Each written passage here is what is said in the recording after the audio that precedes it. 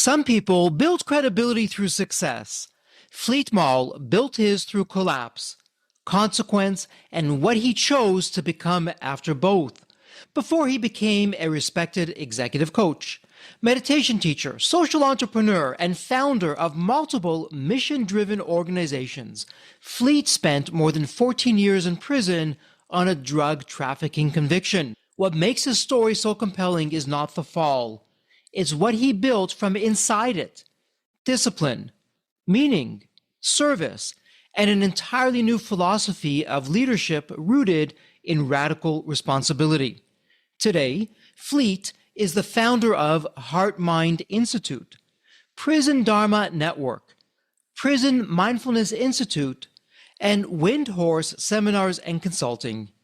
He's also a longtime executive coach and consultant working with entrepreneurs, business owners, and C-suite leaders on transformational leadership, resilience, and performance. He's the author of Radical Responsibility, a book that asks a confronting question most high achievers spend years avoiding. What changes when you stop blaming your circumstances and take full ownership of your life? Fleet's journey sits at the intersection of business, identity, trauma, leadership, and inner freedom. And this is what makes him so rare. He doesn't speak about transformation like a theory. He speaks about it like someone who's had no choice but to live it. And before we start the episode, a quick word from our sponsor, Deep Wealth and the Deep Wealth Mastery Program. Here's Sanjay, a graduate of Deep Wealth Mastery, and he says, the investment I made in the Deep Wealth Mastery Program, it's a rounding error compared to the value created today and the future value I'll receive. Or how about William, who says, and I love this, a company that's attractive to sell is also a great one to own. The Deep Wealth Mastery Program gives me the best of both worlds. Now, speaking of growth and adding value, check out what Leon says. He says that the Deep Wealth Mastery Program changed how and who we hire. We've now begun to hire talent today that we never would have hired if it weren't for the program. The talent we're hiring today is helping both increase our growth and profits and our future enterprise value. Man, I love that kind of feedback because it's that kind of feedback that's what gets me out of bed every day. Deep Wealth Mastery System, it's the only system based on a 9-figure deal. That was my deal. And as you know, I said no to a 7-figure offer, created a system that we now call Deep Wealth Mastery. And that's what helped myself and my business partners welcome from a different buyer, a different offer, a 9-figure deal. So if you're interested in growing your profits, preparing for a future liquidity event, whether that's 2 years away or 22 years away, and if you want to optimize your post-exit life, Deep Wealth Mastery is for you. Please email success@deepwealth.com. Again, that's success, SUCCESS, at deepwealth.com. We'll send you all the information about Deep Wealth Mastery, otherwise known as the Scale for Ultimate Sales System. That's where you want to be. You want to be with other successful business owners, entrepreneurs, and founders just like you who are looking to create market disruptions. Whether you're a startup, whether you've been in business for 3 or 4 decades, whether you're manufacturing, whether you're high-tech, SaaS, low-tech, whatever the case may be, come in and network with other business owners, with other businesses just like you, because they all want to lock in their financial freedom and enjoy both success and fulfillment. Again, that's a 90-day Deep Wealth Mastery Program. It has your name on it. All you need to do is take the next step. Please send an email to success@deepwealth.com.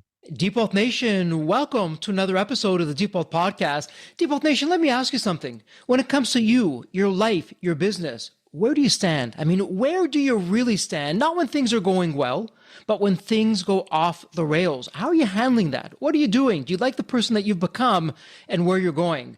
I want you to think about that because we have a very special guest in the House of Deep Wealth. You heard the official introduction. We have a fellow founder, an author, thought leader, someone who is really paying it forward, making a huge difference out there. I'm going to put a plug in it right there. Fleet, welcome to the Deep Wealth Podcast. It's an absolute pleasure to have you with us. Man, there's always a story behind the story. You have quite the story. So what's your story? What got you from where you were to where you are today? Well, thank you very much for having me. It's great to be here. And I am an entrepreneur myself, as you mentioned, and I love entrepreneurs. And so it's great to be with your audience. So I'm going to try to encapsulate it. So I'm a baby boomer, and I think I always had entrepreneurial instincts. I grew up in a middle-class Midwestern family, and they had a family business started by my great-grandfather. And I was not that attracted to working in the family business. I worked there summers during high school, and then I took off from college for a year and worked for that for about a year there. But it just wasn't my thing. It wasn't, I knew it wasn't what I was intending to do with my life. Good, solid business in the food manufacturing industry. But I think growing up in a family business, I had those instincts. My grandfather on my mother's side was a corporate CEO with a company that made serums, medicines for animals. He was also a veterinarian. And both my grandfather and father were involved in the family business I just referenced. So I think I kind of grew up with those genes and those instincts. But I also arrived in young adulthood as an angry young man with a big hole in my gut. We had alcoholism in my family, a lot of early childhood trauma as a result of family with good values, but suffering with alcoholism, unfortunately. And I had one parent who was kind of like Dr. Jekyll, Mr. Hyde. You never knew which one you were going to get. Arriving into late adolescence, early adulthood with that big hole in my gut also coincided with the counterculture going into full swing. So I just went full blown into that. So I spent years in a counterculture, then became an expat living in South America, and at the same time was always a spiritual seeker. And so I became almost like a lot of people in that generation for a while. I kind of had this very anti-capitalism attitude and anti-materialistic attitude and a lot of different confused things, all that made sense in terms of that time, what the culture was going through, what I was going through. But it took me a while to wind my way through that. And along the way, I earned my way into a federal prison sentence for drug smuggling. And I spent 14 years in a federal prison. By the time I went in, I had a graduate degree in psychology. I did a very deep 3-year clinical training program. A lot of the training in that program still serves me today. So I came into prison with a lot of skills, a lot of background, and I was able, even though it was a very rough place, very rough environment, I was able to turn that into my ashram, my laboratory, my postgraduate education, and really focus on training myself and serving that community. I started 2 national organizations while I was there, catalyzed the growth of the prison meditation movement and the prison hospice movement. And those organizations continue today. I knew I'd be 50 years old when I got out of prison in 1999. Pretty late to start your life in debt with a criminal record. And I had to figure out some way to create a life for myself. So I decided to hang out my shingle as a management business consultant. And it took me about 6 months to get my first client, and then I was off and running. I negotiated back in 1999 a $5,000 a month retainer with my first client and helped them completely reshape their business and set them up for a lot of success following that. And I was off and running. So I was doing a lot of business management consulting, executive coaching for 20 years, and eventually wanted to take that online because I wanted to move beyond just trading hours for dollars. You can only work so many hours and you can only charge so much.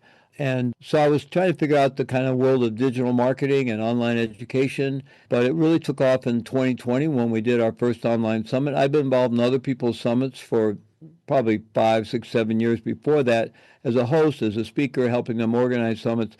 But we did our first summit through our company, HeartMind, in 2020, and it was successful. It was the right timing. The pandemic lockdowns had just begun. I was inspired to do a summit on resilience because I felt we really needed to have a collective conversation about resilience. And it was successful, and we were off and running. And then during the pandemic years, we really grew very quickly, and we hit the Inc. 5000 list 2 times coming out. Based on that growth, we were named in 2024 and then again in 2025, and we'll be named again this year. But we are in a very challenging phase right now because AI has a number of things. The bulk of our business has been online summits, although we do online coaching programs and other courses and all kinds of things. But the bulk of the revenue was driven and the lead generation was driven by online summits. And now there's been a lot of oversaturation in that space. There's a lot of fatigue amongst the audience for that format. And then AI now has completely commodified information and knowledge, such that similar to what happened in the recording industry, recording artists can really not make any money selling records or downloads or DVDs or whatever the format is these days. They have to go on tour to make money. And right now, you could go to one of the AI engines and say, build me an 8-module course on Maull's neurosomatic mindfulness method, and it'll do it for you. and it won't be too bad, right? So it's getting really tough for, they've scraped all our intellectual property, and, there's some lawsuits around that with big players, but it's way beyond the scope of anything I could get involved in. So anyway, that's just how things change. And so we're having to pivot really strongly and innovate and think outside the box and figure out how to. We've been early adopters with AI, both operationally and programmatically, but still it takes big investment to make these changes. But it's exciting. I knew that the very profitable business we had going for several years would not continue. I knew we had to be prepared to innovate, and I was trying to prepare. I didn't think the change would come as fast as it did. And along the way, I'm very grateful that I really started off in the world of personal evolution, personal change, personal growth, spiritual growth. And that's what we've been marketing, those kind of programs through my company. But I've always been intent on walking the talk, so I know how to take care of myself. So I take very good care of myself. I work very hard at my own energy levels, and I'm on the edge of being maybe close to being what you call a biohacker, but I'm really focused on my own health and well-being and my energy and optimizing my energy every day so I can lead the company and manage this very challenging time we're in. I've managed to maintain my relationships and a beautiful marriage and an ever-deepening marriage and close friendships while also building a fast-paced company, so I feel good about that. Well, firstly, congratulations on that and quite the journey. And Deep Wealth Nation, go to the show notes. And what I want you to do when you go to the show notes, buy a copy of Fleet's book. Pick it up, Radical Responsibility, How to Move Beyond Blame, Fearlessly Live Your Highest Purpose, and Become an Unstoppable Force for Good. So, Fleet, figuratively speaking, going back to your prison days, and my goodness, that can be an entire episode in and of itself. But figuratively speaking, what part of you would you say passed away or died in prison, and what part of you was finally born there? So when I arrived there, fortunately, I'd had a lot of training already. I had kind of this mixed up life. I was deep into meditative training. I very proactively studied with an amazing meditation master from the Tibetan tradition for 10 years. I did this 3-year clinical master's program in psychotherapy and psychology.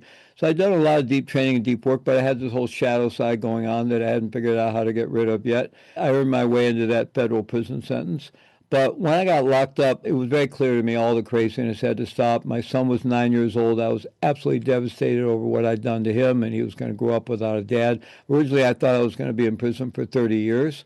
And fortunately, I learned, it took me a while. I was actually in for probably 18 months before I even figured out how they give you good time, what's called good time off your sentence.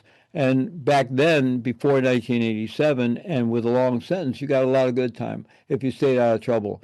So I realized I'd serve 18 and a half, but I didn't know that going in. I thought I'd be serving 30.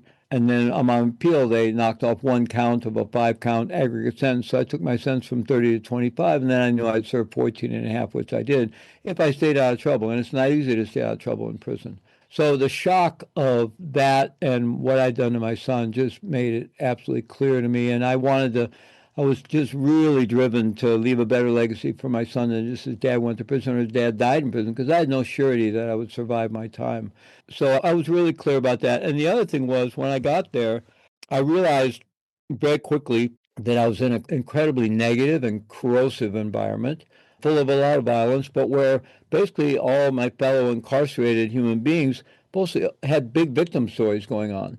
And of course, society sees them as the perpetrators, but most people incarcerated feel victimized. And most of them, to tell you the truth, have had terrible, really rough childhoods and were victimized. And many are over prosecuted. And there's a lot of either, whether it's intentional or default racism in our criminal justice system, our sentencing policies, and all the rest of it. And so a lot of people in prison do justifiably feel victimized. And also because the process of being arrested and tried and incarcerated is, whether intentional or by default, is an incredible process of shaming and dehumanization. You're just buried under this mountain of shame and guilt and dehumanization. So human beings, just to protect themselves, just shift into armoring up, and they armor up with their own victim story and bitterness and anger and so forth, which is really tragic because it prevents us from getting in touch with the genuine remorse and regret we need to feel over any harmful behaviors we've been involved in, which is really foundational to our own process of change and our own process of rehabilitation. But they naturally armor up. I saw that was the world I was in. And I didn't want to come out of prison angry, bitter with a big victim story, but I didn't want to live that way while I was there. Fortunately, I'd already had enough spiritual and psychological training. I didn't want to live that way while I was there, but I knew if I wasn't proactive, I would just absorb that and I would be that. I also knew that whatever life I could create for myself while I was in prison, and if I had any hope of surviving and any life I could create for myself beyond prison, was going to be based on really taking radical 500% ownership for having got myself into that situation, what I was going to do with it, and what would follow from that. I chose not to cooperate with the authorities and not testify against anyone. And I wasn't trying to be some tough guy or stand-up guy. It's just I was a Buddhist, a long-time Buddhist. And the idea, okay, somebody else is going to suffer, somebody else's family, somebody else's children are going to suffer, so I can get a lighter sentence or go free. It just didn't make sense in terms of my values. But it did make sense for a lot of people. So I did a lot of people's time.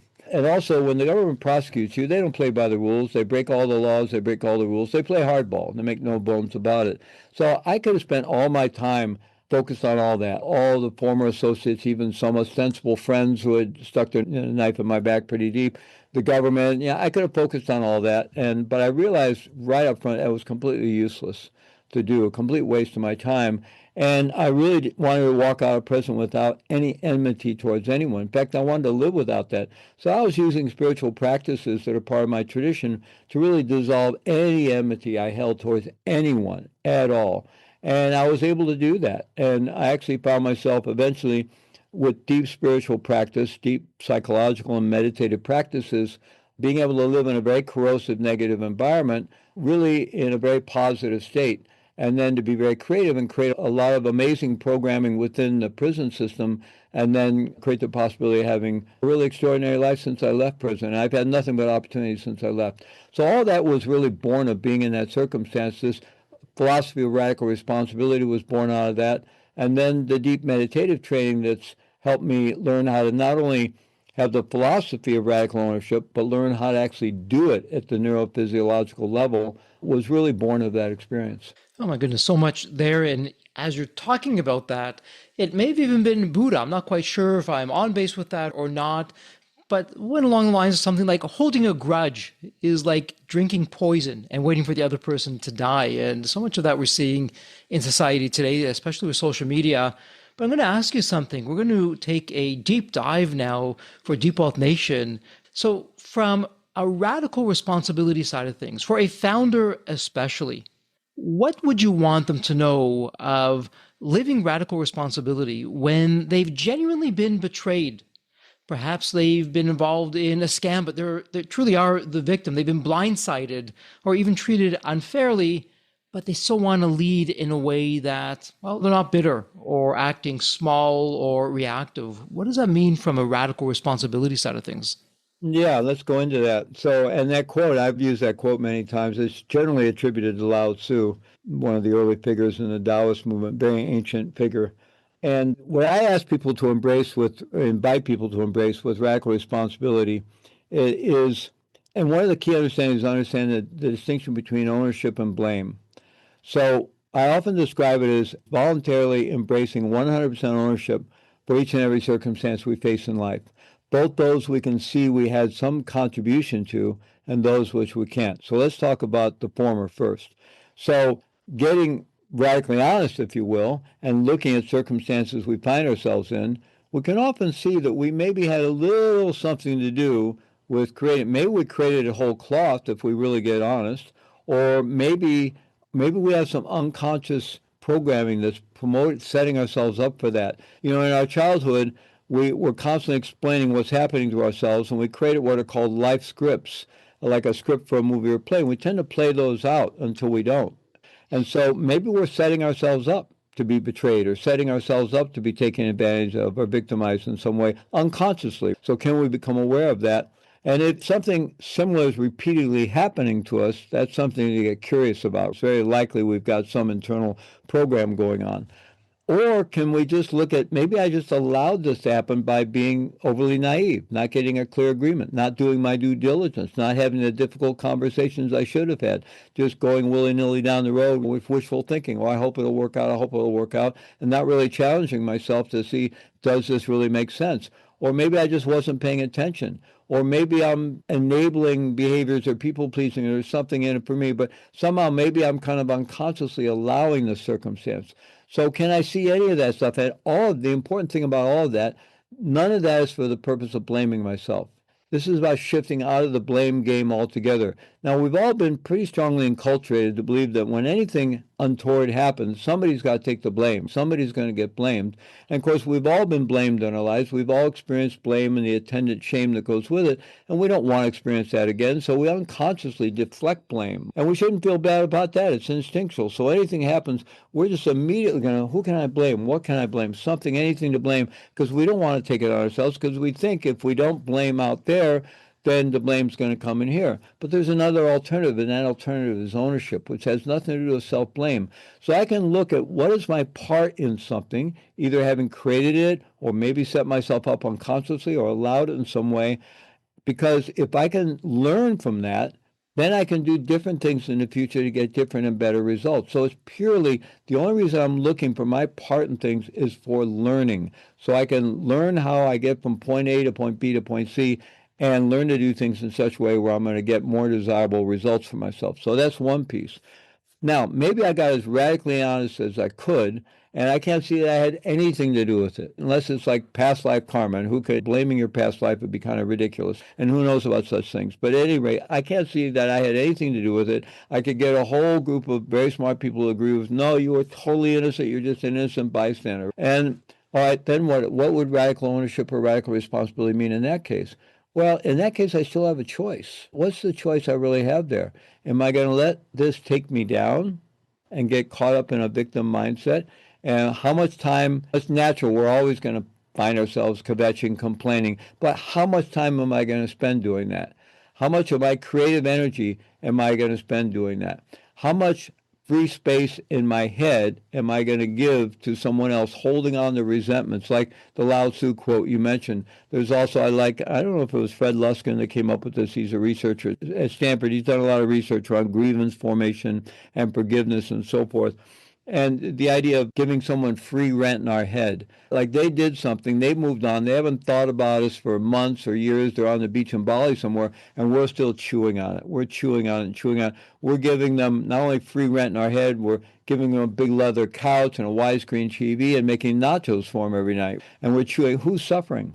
I am. So can we really look at how much energy do I want to put into this sense of victimization, and do I want to get locked into that? I don't think either one of those are going to serve us. So instead, we can move back to what I call the radical responsibility question.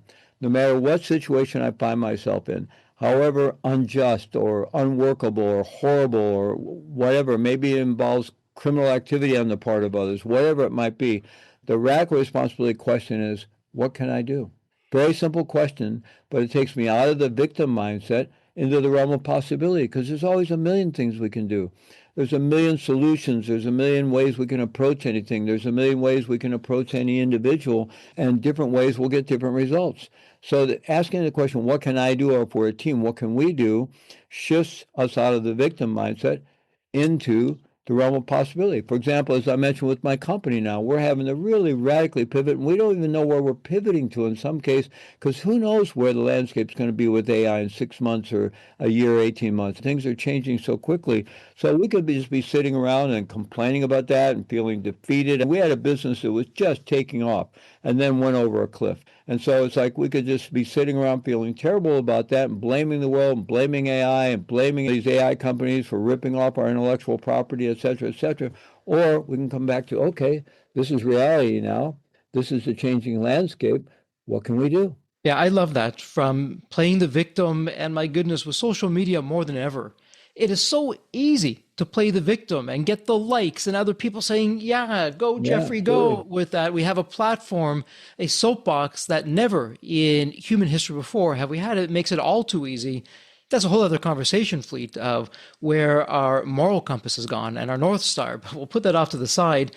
want to ask you something. In preparing for today, I know in your work you reference the term drama triangle quite a bit. And so a Hmm. bit of a two-part question. So for Default Nation who's never heard of the drama triangle, what is that? And then very specifically for them, in the drama triangle itself, generally speaking, what role do most founders often play and then mistake for good leadership and not realize what it's quietly costing them or their team, their profits, their culture? Yeah, absolutely. So the drama triangle was developed by a psychologist named Stephen Cartman, and he was a transactional analyst. And so it's kind of in that transactional analysis model. And for the football fans in our audience, he was a football fan, and he liked to do the X's and O's, and he was a doodler and liked to watch football and script out the plays with the X's and O's. And somehow he was doing that and came up with this thing one day. Now, it's amazing he gets credit for it because it's such an obvious human dynamic, but he does. It's called Cartman's Drama Triangle. So this is a classic melodrama. You've got the hero, the villain, and the damsel in distress. So yeah, that's the drama triangle. Now, for him, he used the terms persecutor, rescuer, and victim. And to be very clear, these are not labels we put on people. These are personas or mind states that we all go through. We get caught up in the persecutor mind state. We get caught up in the rescuer mind state or the victim mind state. And these are patterns of reactive behavior. And it's all about power and control. So if I'm feeling victimized in some way, by definition, I'm experiencing a sense of powerlessness. I may not want to get out of powerlessness back into power. So how do I do that? Well, one way is I move generally unconsciously through habitual patterns into a persecuting mode where I'm judging and controlling, criticizing, trying to dominate. Why? Because I'm looking for power. So what's the underlying position of the persecutor position? It's the victim mindset. Or I move into rescuing where I'm ostensibly helping people, but I need to do it from up here. I'm the rescuer, the fixer, the savior. I'm riding in on the white horse to save the day. And why am I doing it? Because that's how I feel ostensibly to help people, but actually because it's how I feel good about myself. It's how I feel strong. It's how I gain power. So again, it comes out of that feeling of powerlessness. Now, sometimes like a mining accident, a skiing accident, people need rescuing. We're not talking about that kind of rescuing. We're talking about psychological rescuing. And of course, nobody's a pure rescuer. Very few people are a pure helper. But the extent that our natural instincts to be helpful and to serve get conflated with rescuer psychology, our helping is less helpful because it actually keeps other people down. It colludes with the victim mindset. It enables other people to be victims. It's kind of parental. We're treating people like children. So you mentioned the CEO, the business leader, very often gets caught up in the rescuer mindset, is trying to rescue their team. But often then sometimes we'll go into the persecutor to I can kind of pound my team into the results I need. Or they start beating up on themselves. We all have a drama triangle going on between our ears. We beat up on ourselves, we rescue ourselves, we play the victim vis-a-vis ourselves. And so if you have a lot of people running around with drama triangles between your ears, guess what they create with each other? They create drama. And these strategies work to a degree. We get emotional payoffs. Four of the classic drama triangle behaviors are blaming others, holding on to resentments, that chewing on resentments, the giving people free rent in your head, the old Lao Tzu quote about taking poison and hoping the other person will die, justification, justifying our own behaviors, and being right. Oh, that's a juicy one. We love to be right. We'll get divorced over being right. We'll lose our kids over being right. We'll go to war over being right. We'll do untoward things over being right because it's really addictive. So we get emotional payoffs for blaming. Yeah, it's their fault. Justifying. Yeah, I had no choice. I had to do that. Or, as I said, being right. We get these emotional payoffs for doing that. Or shaming ourselves. So it's to me, this is like the junk food of the emotional life. You get a quick emotional payoff, but then lasting suffering because these approaches to power and control just create never-ending chaos. And this plays out in our own heads. It plays out in companies and can really destroy organizations and companies. People will sabotage companies, sabotage other employees, drive people out of companies based on this. I did management and business consulting for 20 years, and I saw this happen again and again in companies where the drama triangle would destabilize companies and force out good employees and do all kinds of things like this. It plays out in our families and leads to divorce, creates tremendous suffering for children, and it plays out in the world change. I mean, just turn on the news. What we have going on now is just never-ending, interlocking drama triangles that keep perpetuating suffering and chaos and wars and conflicts, right? So this is the drama triangle. And the way we learn to get off the drama triangle is by learning to recognize it, taking ownership for our participation in things, learning to resource ourselves so we can unhook from the emotionality that we've gotten hooked into, and then getting a new perspective on things and owning our feelings. Yeah, I'm really pissed off. I'm really angry. Not you're pissing me off and you're making me angry, but I'm angry. It's my anger. I think it's related to something out there, but what I know for sure is my anger. And then going into, well, what's that anger really arising from? Well, our emotions, we may think our emotions are caused by other people and situations and things. That's not exactly the case. Our emotions arise out of the perception of our needs being met or not being met. So we all have the same similar needs, right? Food, warmth, shelter, love, belonging, creative expression, workability, safety. We have all these same needs.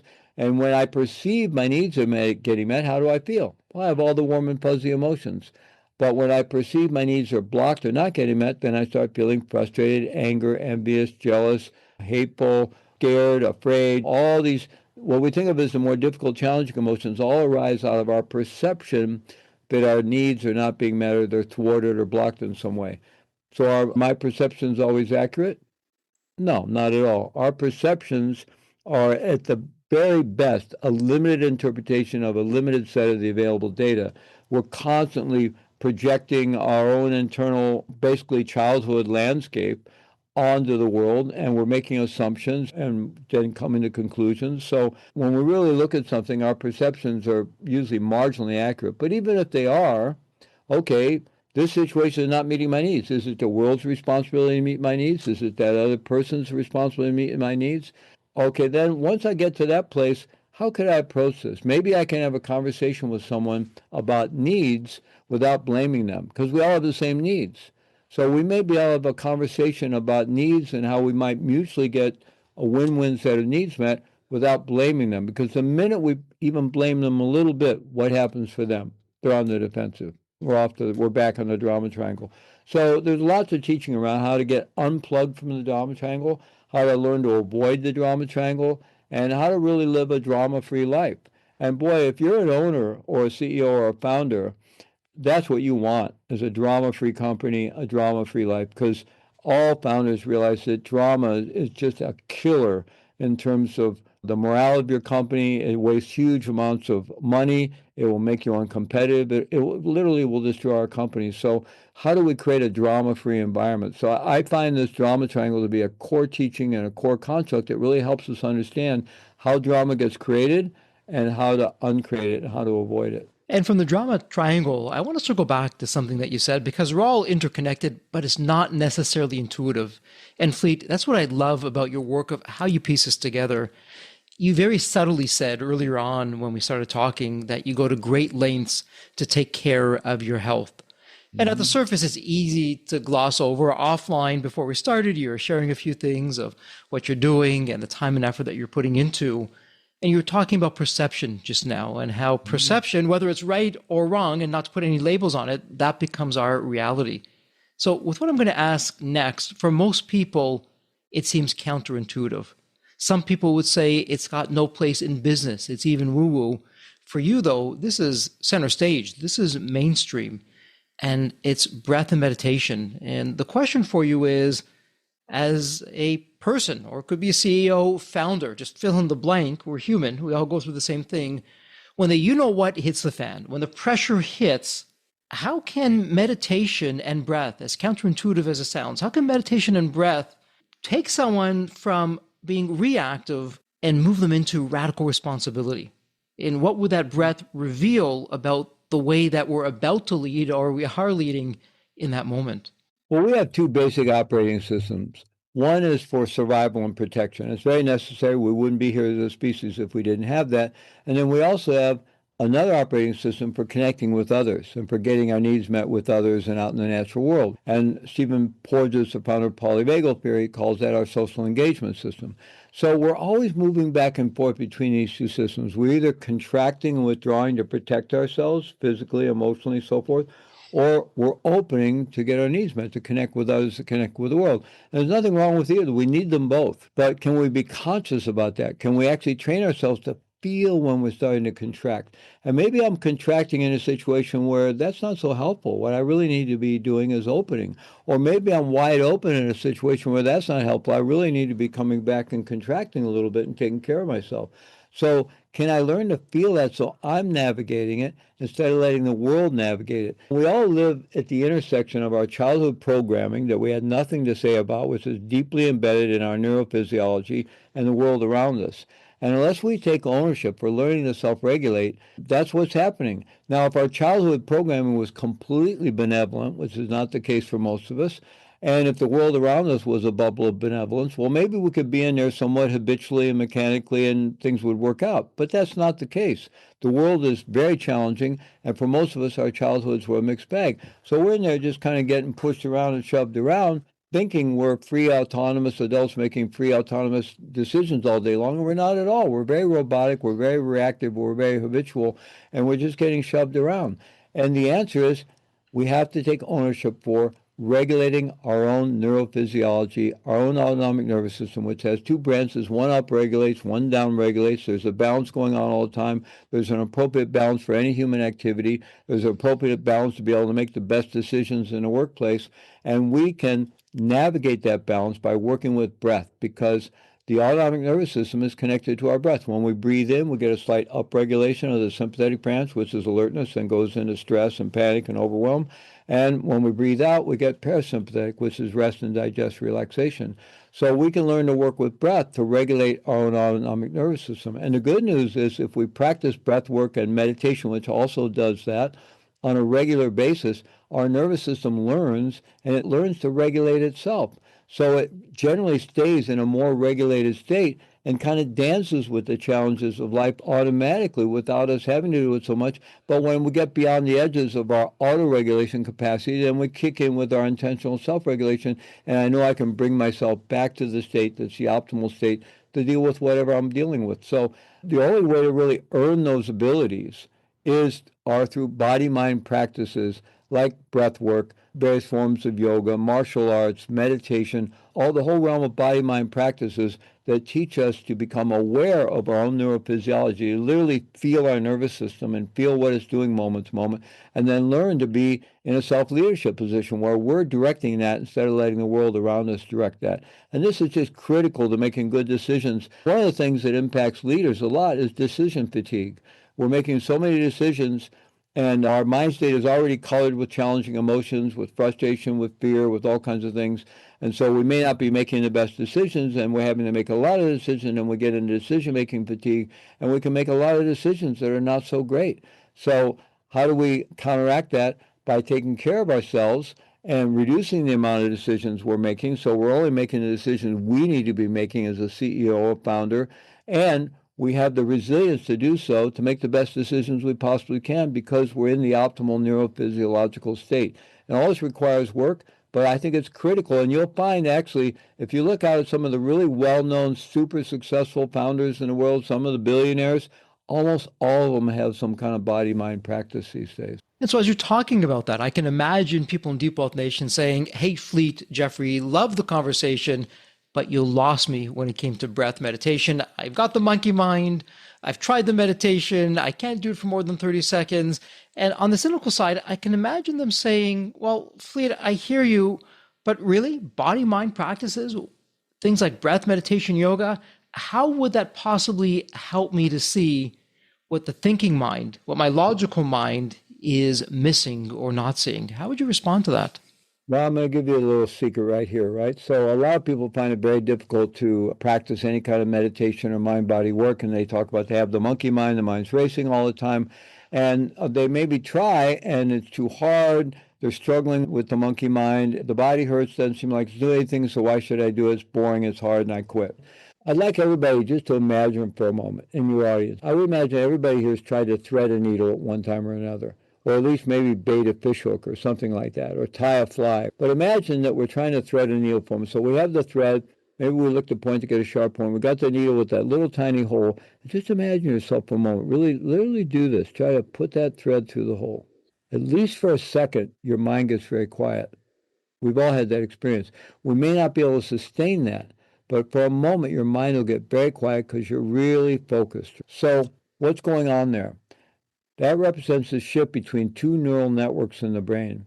There's a neural network known as the default mode network, which is active when we don't direct our attention. And it's responsible for that monkey mind. It loves to ruminate about the past. It loves to go into the future and worry and fantasize about the future. It keeps a running commentary about the imagined present, which isn't really the present. It's constantly reinforcing our separate sense of self and our separation. And it's just that very busy mind. And it's pervaded by fear and anxiety because of something called the negativity bias, where we pay more attention to threat than anything else, of course, because job one for any species is survival. So we have a long-term memory that's mostly full of threat experiences and danger, and that creates an implicit memory, and we spin everything to the negative.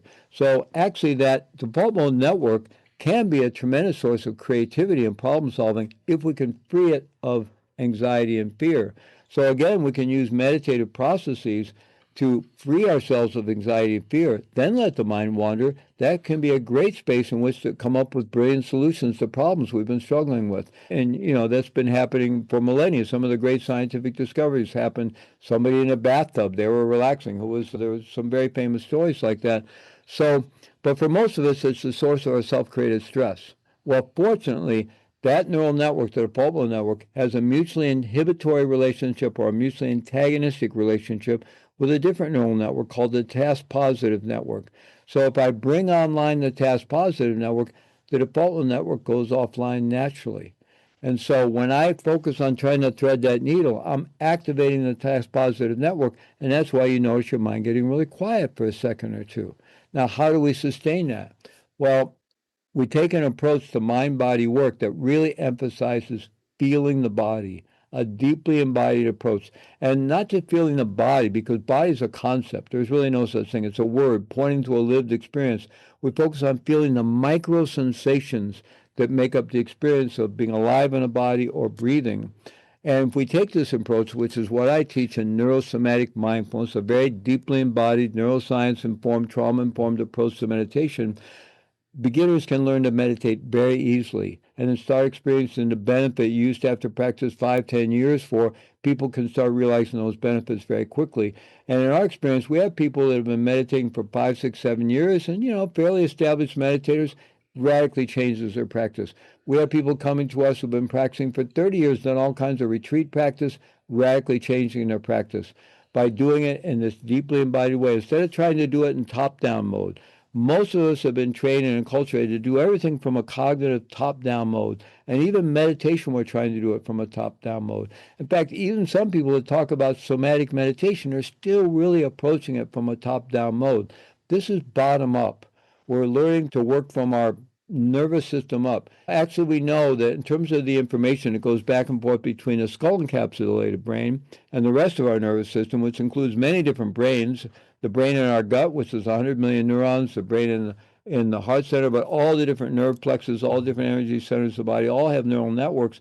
So we tend to think, oh, I'm directing everything from the brain, right? That's the command center, and I'm directing everything out. Actually, we know that 80% of the data is moving up to the brain where it's being processed. Only 20% is going down. And so we need to learn to bring our self-regulation practices and our consciousness and the way we lead and make decisions to a more bottom-up way, a more embodied way. That's going to give us clarity of mind, clarity of decision-making, keeps our nervous system well-regulated. We're not exhausted. We don't experience decision-making fatigue. So all this can be learned, and we could think of it as embodied leadership, whatever we want to think about it. And that's really our work at HeartMind, is helping people become more embodied, and in that way they become more heart-centered in a positive way, just more connected with their own hearts, more connected with the people that are important to them in their life, and more connected with the earth, and they're able to make better decisions and lead healthier lives. So it's really about coming home to the body. I have a friend who says that, actually he got this from a friend, I think, but at any rate, this person said that in Western culture, and which has become global culture, modern culture, the body has been relegated to being nothing more than a brain taxi, just something to carry around this supercomputer on our shoulders. Now, in some ways, I think that's the human condition because we do have this supercomputer up there and we get fascinated with it. We're also very externally oriented, visually auditorily, because we get our needs met by being out in the world and connecting with other people in the natural world. So I think it's a human condition for our locus of control to shift up here.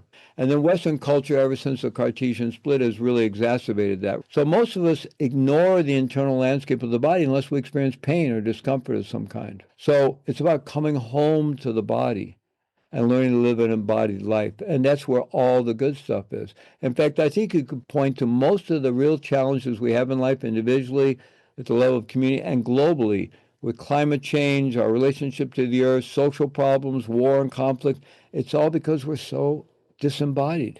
Yeah. Coming back to the body, we make completely different decisions. We're in a completely different relationship with ourselves. It's hard to be connected to the body, connected to the earth, and connected to the heart, and then go make decisions that are harmful to ourselves, harmful to others, or harmful to the earth. So true with what you're saying. And Fleet, as you're talking about that, you're actually reminding me now of some of the science and the studies. And they're confirming, you've known this, the ancient civilizations have known this for eons. It's even built into our language. Follow your heart or do Mm-hmm. a gut check. And to Mm-hmm. your point, the science is now showing, you're right, that the communication is coming more from the heart or from the gut. And there's more there than what they thought. It's actually our bigger mind. It's not up in our head, it's in our heart or our gut or the heart mind, as you're calling it. So it's fascinating how ancient civilizations, and we often look to them as, well, what do they know? Well, actually, it turns out a lot more than us, especially in those areas. And I'm wondering, before we start going into wrap up mode, someone in Deep Wealth Nation, they're listening now, they're fascinated by what they're hearing. This is perhaps new for them. They're hearing this for the first time. They want to begin this work. They're not quite sure where to start. So, what would be one, I use the word simple, not to confuse simple with simplicity, what would be one simple practice that they could begin to try with radical responsibility, something that they can do today, even after hearing us in this conversation, before their next phone call, their next activity or meeting?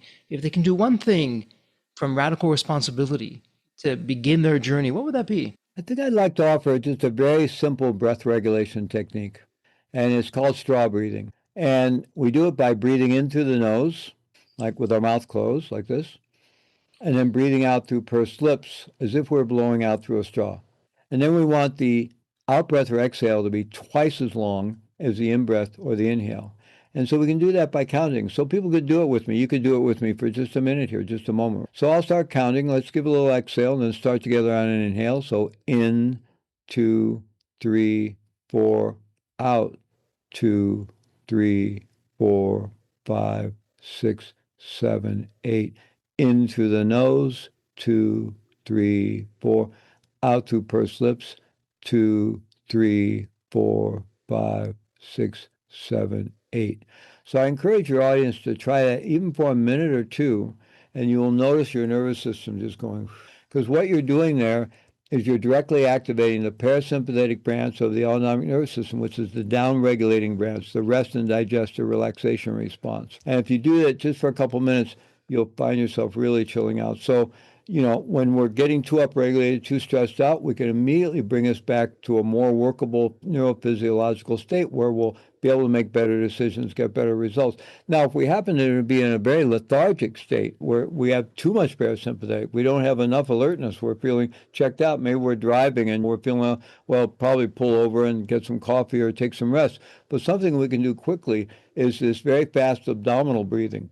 So maybe put your hand down on your abdominal muscles so your focus is there and breathe really quickly through the nose like this, like you're hyperventilating. Somebody does that just for a minute, you notice it's not relaxing at all because what that's doing is that's activating the sympathetic branch, the upregulating branch. And so you'll shift from a lethargic state to an alert state immediately, right? So we can use our breath, and there are many other simple breath techniques. There's 4-7-8 breathing where it's just like the straw breathing, except in the middle we add a 7-second pause. We hold our breath for 7 seconds, which gives us an oxygen boost. So in 4, pause or hold for 7, out 8. There's also box breathing, where it's used by combat soldiers in the military and elite units, where you have 4 parts of the breath. You have in breath, pause, out breath, pause. So just like a box or a square. And you want them to be the same distance. So breathe in 4, pause 4, out 4, pause 4, in 4, pause 4, out 4, pause 4. And it could even become 5 or 6, but the idea is the same length. And that balances the right and left sides of the hemispheres of the brain, brings our nervous system into optimal regulation. And Navy SEALs use that to make decisions that most of us will be in a state of paralysis in a firefight where we have to make a decision that's going to be the life or death for our platoon. And they're able to get their nervous system and their brain in a well-regulated state in a situation like that to make the best possible decision. And they use skills like that. So very simple breath regulation tools that anybody can learn to bring your optimal nervous system regulation back online so you can make a better decision, let go of reactivity, and move from that survival, fear and survival reactivity back into relational responsiveness, right? So, again, our nervous system going back and forth all the time, right? So we tend to get pushed when challenged back into some kind of survival pattern, reactivity, and so forth. And we want to be able to shift back into enough openness, responsiveness, so that we can actually see what's really going on and make the best possible decision, even in our own enlightened self-interest, which is our long-term interest. And when we do that, it usually works out for everybody else as well. I still spend 2 hours every morning getting myself into the optimal state to go with my day. It involves breath work, visualization, affirmations, yoga, stretching, meditation, all kinds of things. I stack up this whole stack of body-mind disciplines that I've developed. So by the time I'm ready to go to work, I'm in an optimal, positive state, full of gratitude, full of inspiration. I'm well-regulated, and that's how I start my day every day. And I've learned that if I try to cheat that process, I'm really not serving myself or serving my team. So this stuff works. And, to even simplify it further, just take a deep breath. Just take one deep breath like this. Oh. It's like pressing the reset button on your nervous system. I teach another quick technique. It's called stop, feel, breathe, and be. So we're getting all wind up or we're a little distracted or we're not feeling at our best. Just stop, say to yourself, stop. It creates a pattern interrupt. Then feel whatever you're feeling, physiologically, emotionally, just feel. And then say to yourself, breathe, so that you're not holding your breath. Just release the breath and then drop into a moment of being. Because our lives are doing, and we're not served because we don't have enough being in our lives. So just these little micro practices, we can do them anytime, and they'll begin to infuse all our doing with more being, and we'll be more well-regulated, we'll make better decisions, we'll be healthier, we'll be able to sustain our lives for the long term, have healthy relationships, and so forth. And Deepalt Nation, did you hear that? Fleet is taking up to 2 hours, maybe 3 hours each morning before he shows up to make sure he's in peak state, optimal state with his mind, his body, showing up, being in the moment, as opposed to, oh, okay, my eyes are awake, here I am, world, let's go. And I'm like the proverbial ship without a rudder, going wherever people want me to go because I haven't made that deliberate effort, that intention, and some terrific insights that you're sharing with us. And speaking of insights, Fleet, we're going to go into our wrap-up mode. It's our tradition here on the Deepalt Podcast. It's really my privilege, my honor. Each guest, I ask the same question. It's a fun question. Let me set this up for you. When you think of the movie Back to the Future, you have that magical DeLorean car that can take you to any point in time. Fleet, this is the fun part. It's tomorrow morning. You look outside your window. Not only is the DeLorean car curbside, the door is open and it's waiting for you to hop on in, which you do. You're now going to go to any point in your life. Fleet, as a young child, a teenager, whatever point in time it would be. What would you tell your younger self in terms of life lessons or life wisdom? Or, hey, Fleet, do this, but don't do that. What would that sound like? It would clearly have the qualities of encouragement, but it would really be letting that young child know that the world is simply full of possibility. And there's really nothing to be afraid of. And you have all the talent you need to succeed on any level. But it's really not even so much about success. It's just about don't lose that awe you were born with and just explore, because the world is this magical place and we're magical beings designed to lead magical lives. And we get talked out of that. So don't let yourself get talked out of that. Absolutely love that. We're magical beings designed to live magical lives. The world's full of possibility, and you have everything that you need within you right now. Some terrific advice. And speaking of advice, Fleet, someone in Deepalt Nation, they have a question for you. They'd like you to give a keynote, perhaps a mastermind or some coaching, speak to their organization, a retreat. Where would be the best place online to reach you? Well, they can find the breadth of our work at HeartMind Institute, heartmind.co, and you can reach out to me through there. I also have my personal website, fleetmall.com, so either one. And you can find out about all our programs and summits and so forth at HeartMind, and you can reach out to me if you want to work with me through either one, fleetmall.com or heartmind.co. And if they would like to get a free chapter from the Radical Responsibility book and get over $1,000 worth of free bonuses by buying the book online somewhere, they can go to radicalresponsibilitybook.com. Terrific. And I have great news. Deep Wealth Nation, it doesn't get any easier. This is all in the show notes. It's a point and click. Go there, click on the links, take Fleet up on his very generous offer. Well, Fleet, it's official. Congratulations. This is a wrap. And as we love to say here at Deep Wealth, may you continue to thrive and prosper while you remain healthy and safe. Thank you so much. Thank you, Jeffrey. It's been a pleasure. So there you have it, Deep Wealth Nation. What did you think? So with all that said, and as we wrap it up, I have another question for you. Actually, it's more of a personal favor. Did you find this episode helpful? Have you found other episodes of the Deep Wealth Podcast empowering and a game changer for your journey? And if you said yes, and I really hope you did, I have a small but really meaningful way that you can actually help us out and keep these episodes coming to you. Are you ready for it? The dramatic pause. I'll just wait a moment. Drum roll, please. Subscribe.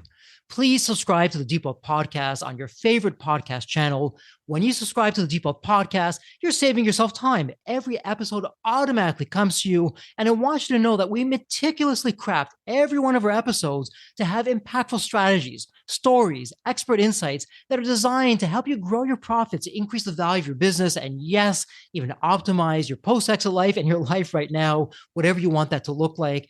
And every time you subscribe and a fellow entrepreneur subscribes, it's a testament to how together, yes, we are changing the social fabric of society. One business owner at a time, one liquidity event at a time. So don't let the momentum stop here. Subscribe now on your favorite podcast channel. You'll never miss an episode. You'll be the first to hear from the top industry leaders, the innovators, the disruptors that are really changing and shaping the business world. And maybe you're commuting, maybe you're at the gym, maybe you're taking a well-deserved break that we spoke all about on this episode. The Deep Wealth Podcast, it's your reliable source for the next big idea that could literally revolutionize your business. So once again, please hit that subscribe button, stay connected, inspired, and ahead of the curve. And again, your next big breakthrough moment, it might just be one episode away. Maybe it was even this episode. So all that said, thank you so much for listening. And remember, your wealth isn't just about the money in the bank. It's about the depth of your journey and the impact that you're creating. So let's continue this journey together. And from the bottom of my heart, thank you so much for listening to this episode. And as we love to say here at Deep Wealth, may you continue to thrive and prosper while you remain healthy and safe. Thank you so much. God bless.